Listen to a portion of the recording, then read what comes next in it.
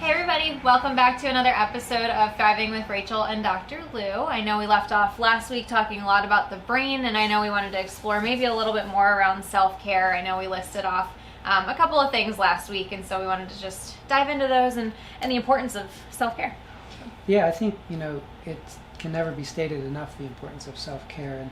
And one of the things that we talk a lot about is what's within our control. What can we do? Right. A lot of times when we work with individuals, they ask, like, well, what can I do about this? And that's often our approach to teaching people what you can do, because I think, just a way to decrease some of our own anxieties and to get out of that depression sometimes, we want to take control and do something. So self-care, last week we talked a lot about pause techniques, as you mentioned. And we also mentioned the idea of drinking water, getting better sleep, getting some movement, whether that's taking walks or doing some form of exercise, riding a bike, interacting with others. These are all ways that we want to take care of ourselves. And one of the first things that I often talk, and I think you do too, with anybody that you start seeing, is the idea of creating a daily plan, some kind of routine that would incorporate many of those activities that I just mentioned. And I think it's really helpful if we kind of talk a little bit about why does that help? Why is that important?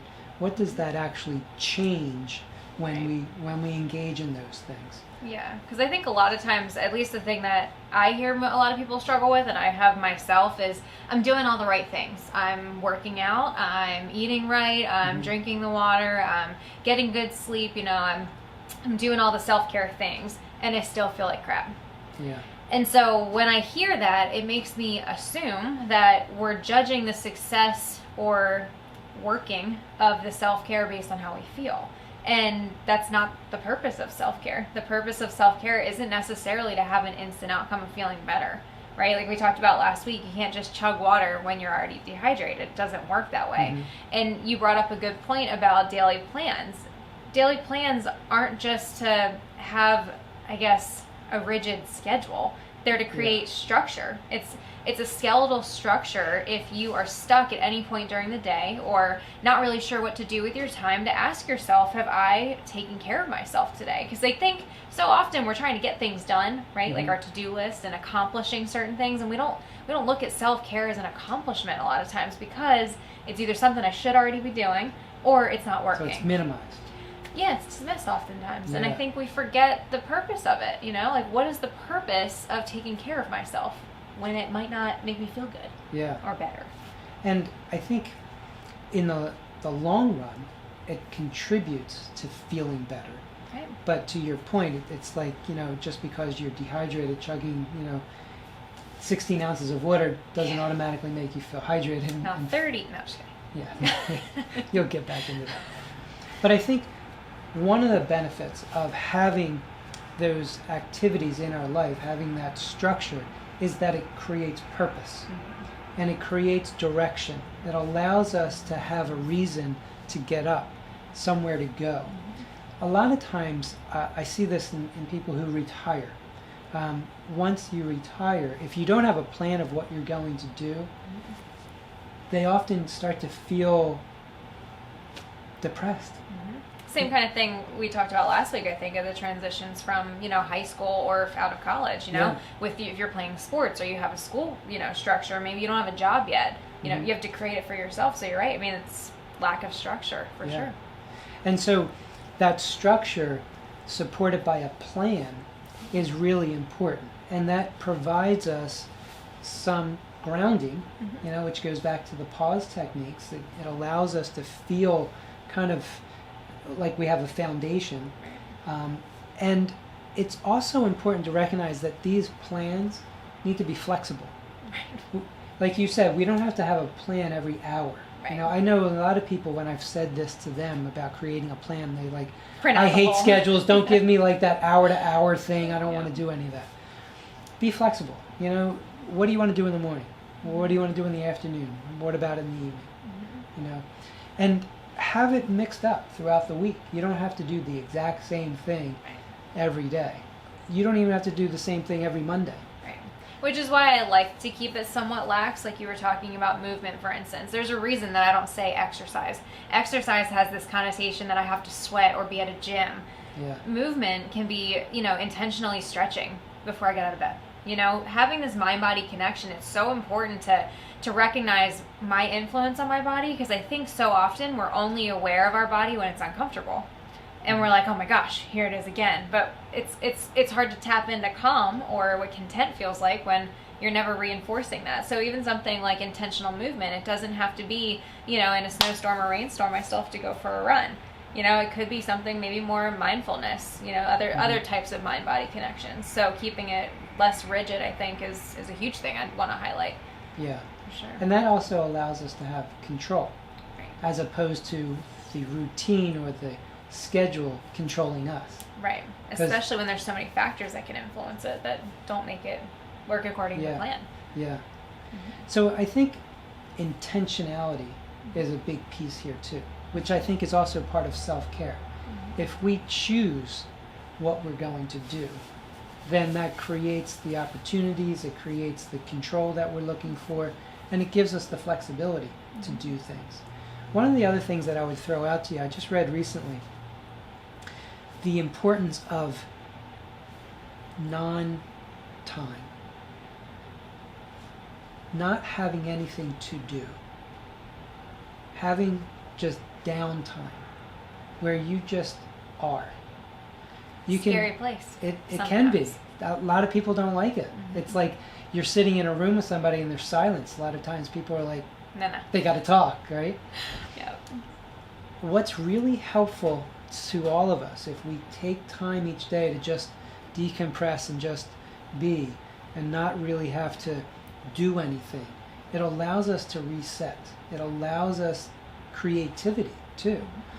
Our brain is under a lot of pressure when we are doing things, and it's feeling that which then we feel, and that can translate into anxiety, depressions, substances, doing things that we may not want to do that we'll later regret. So the idea of having this downtime, this non-time to do anything, and ironically make it part of your day at some point, helps us to reset and allows our mind to relax. What if I've tried downtime and I've tried to just be with myself, but my brain just doesn't allow it because it always thinks about the to-do list, that I'm wasting time sitting here when I could be getting my list done, and it gives me anxiety. It gives me anxiety to stop. Maybe. Isn't that the whole idea of allowing things to be, though? How do you do that, though? Well, that's also uncomfortable. It is. And isn't that one of the things that we often are trying to avoid? Yes. And what you and I often teach and talk about is allowing yourself to be uncomfortable.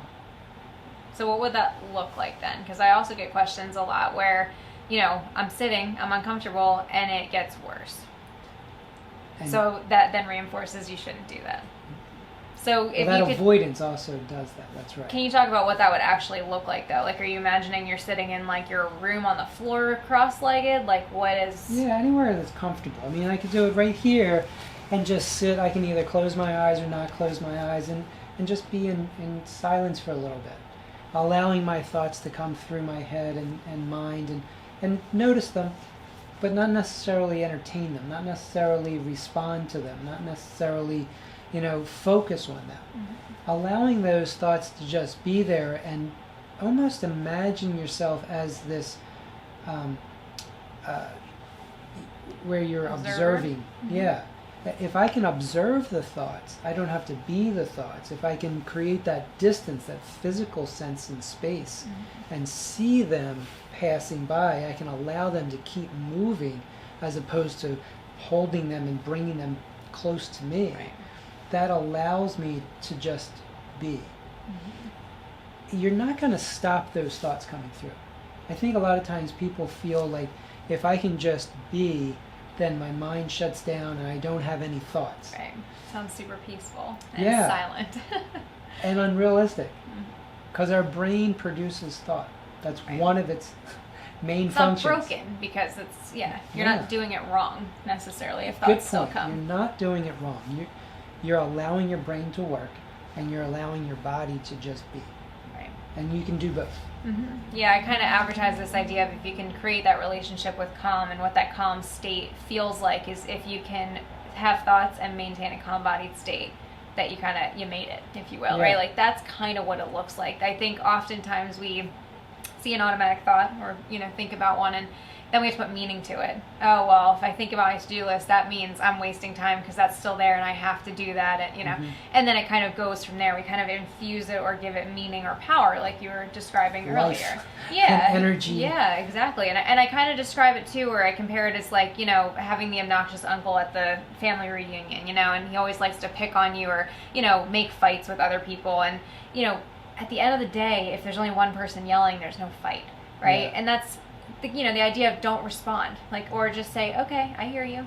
Same thing with your thoughts, the more that you investigate them, the more that you talk back to them, put meaning to them, the louder they're going to get, very similar. And if I can observe, like you mentioned, and just say, I see you, I notice you, you're not helpful, so I'm not going to engage with you, but, I see you, we're not dismissive, it does generate a whole new sense of power, I think, and control. Yeah. So. One of the other things that you can do with that is recognize, what are you attending to? What are you feeding? What are you putting your energy towards? Yeah. Right.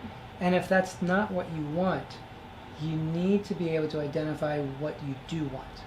I think that's hard. It is hard, especially if you're doing it in the moment when that's happening. So maybe a good idea is to think about before having that moment where you're just trying to create that peace, and try to identify, what do you want to focus on? What do you want to think about? If you struggle with having lots of thoughts, that when you try to be calm, that seems to increase, it might be good to think about ahead of time, what do you really want to think about and focus on? You can even do that with visual aids. Like oftentimes people think that to be mindful and to meditate, you have to sit in a quiet, fairly dark room and by yourself and not do anything. That's not for everybody. I could look at a photo album and just recall lots of family memories and really just enjoy that time. That's resetting. That's allowing myself to just be with positive memories, positive energy. Intentionally. So that's another alternative to people who are struggling with having that peacefulness because of thoughts. Yeah, and setting up the expectation differently, right? Like what is mindfulness? Is it this whole Zen idea, or is mindfulness just the act of intentionally responding to automatic? Learning how to do that. I think oftentimes we feel so victimized by our automatic thoughts because they're there in the first place that we feel like we have no control. And I ask people, what are you trying to control in this moment? And a lot of times they end up noticing they're trying to stop the thought from happening in the first place, right? As opposed to, like you said, fusing your energy into something that you prefer. Not investigating, is this real? Is this true? Do I have to get this list done? Is it, going to be the end of the world if I don't? It's not about that. Maybe there is a to-do list. Yeah. Is that now?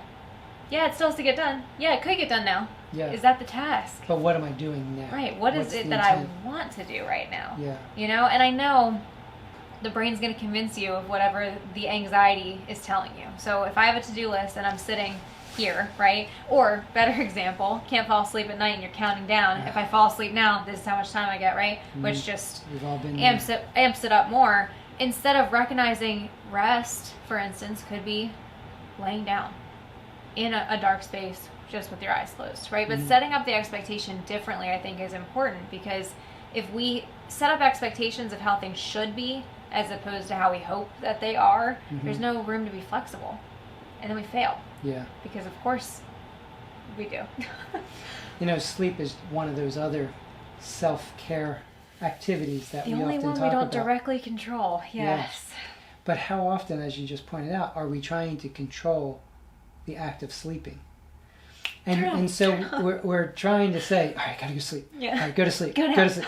It's like, you try to put your kid to sleep and you say, go to sleep. Like it's a They're command, like they're gonna, like, I wish. where's that I off wish, button, yeah. right? We don't have an off button, they don't have an off button.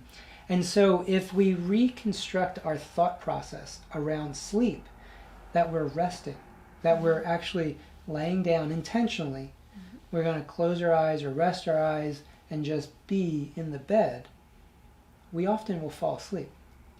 And why is that? Because we're just allowing it to happen. That's the only thing you're investing your energy in. Yeah. Is being restful, which is the function of sleep. It's not about your brain shutting off. That's the outcome. Because it doesn't. Right. Well, it's always there, right? It's always functioning throughout sleep. Do you want me to get into the brain again? Because I can talk to you about what happens at sleep time, but... Well, yeah, give us a little tidbit there. I'm not getting into it. No. But just to... Maybe next time. Just to reflect for a second, though, your brain actually works harder at night when it's sleeping than it does during the day. So, I'm not going to get into it, actually. We can't go down that road. You just started, but No. okay. But the point is reevaluating again, what is the function or what is it that I'm hoping to accomplish with this, not necessarily just based on the outcome, right? Is being rested, for instance, what I'm looking for from sleep, because that can be accomplished without sleeping, Mm-hmm. you know? And that's, I think, something that we really But have we to don't look pair at. that, That's the problem, though. right? We pair the idea that I slept X amount of hours, Right. therefore it was restful and I feel relaxed and feel energized enough Yeah. to do today. Or I'll ask you, like, how many hours of sleep did you get? Well, how many hours was I in bed? Or how many was I actually asleep? Or how many times was it interrupted? And I'm like, you're honing in on all the things that you think make sleep bad. Yeah. You know, of course, there's studies out there that talk about consistency with sleep and all that, but there's a lot of people who don't do well with sleep and they still are okay. So why is that? Mm-hmm. And I Something to wonder if, we're all individualized, but if you can recognize what's your sleep pattern. Right. What do you do best with? Or are you fighting against your typical sleep pattern? Yeah. You know? I've often, especially through COVID and all the different things that have happened throughout 2020 and even into 21 now, I still struggle with sleeping in. That structure that we just referenced is still a struggle to me because there's certain, I work out down in the basement now. I don't go to a gym. Mm-hmm. Well, that's a half hour that I sleep in longer because, So do you have an association with that? That's not great? Well, the association is that when I tune into that, I notice that when I sleep longer, I feel more tired. Mm-hmm. And on days that I actually get up earlier because I have a meeting or something, I got to get things in, I actually feel more energized. It's a weird thing. Yet, try to convince yourself that you don't need that sleep when you kind of want that sleep. But why do you want that sleep? Just because I can? Right. I have nothing to get up for anyway. Yeah. That's a whole other story I could get into about Yeah. sleep. But yeah, absolutely. Kind of weird phenomenon. It is. A little bit. And I wonder how often we do that with other things. The same thing with, when we started talking about drinking water or taking a walk or interacting with others. We often, as we said, minimize a lot of these things because on the one hand, we say that we're supposed to do that and we know we're supposed to do it. On another level, we also recognize and kind of look at that as that's no big deal. Like, so what? I drank water today. So what? I called somebody today. We are constantly minimizing all these foundational activities that actually are proactive, as you were pointing out, and help us. Help us in our physical health, help us in our mental health. It's so powerful. So creating a new association with that would be important. Yeah. So it's not something that I need to necessarily pat myself on the back for or give myself a party, but really looking at good job. You're taking care of yourself and you are going to see the effects of that if it's consistent. Again, it can't be just chugging water on Fridays. It doesn't work that way. Just like there's no such thing, tell your kids about catching up on sleep on the weekends. Not a thing. Yeah. It's just not. Even though we often do. In the sense that we sleep longer. Right? Because we can. Because we can. Right. And we supposedly feel better sometimes. Again, I think we tell ourselves that. To your point, the later you sleep, the harder it is to get up. Yeah. Is it because I'm physically more tired now? Now, again, that's not always the case. That, if you go 3 or 4 nights with, half the sleep that you normally get, you're going to be exhausted. So that next day you might sleep extra. Mm-hmm. But you're not going to be wonderful and refreshed necessarily. That's the thing. Just because you sleep, maybe 8 or 9 hours, 10 hours because you haven't slept in 3 days doesn't mean it replaces the fact that you haven't slept in 3 days. It doesn't work that way. And I think a lot of times we think it does.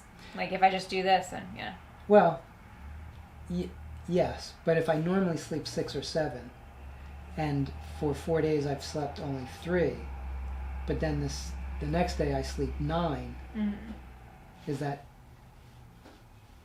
balancing it out in some way, or so that's why it has to go back to pattern. It doesn't work that way. It doesn't make up for the lost time.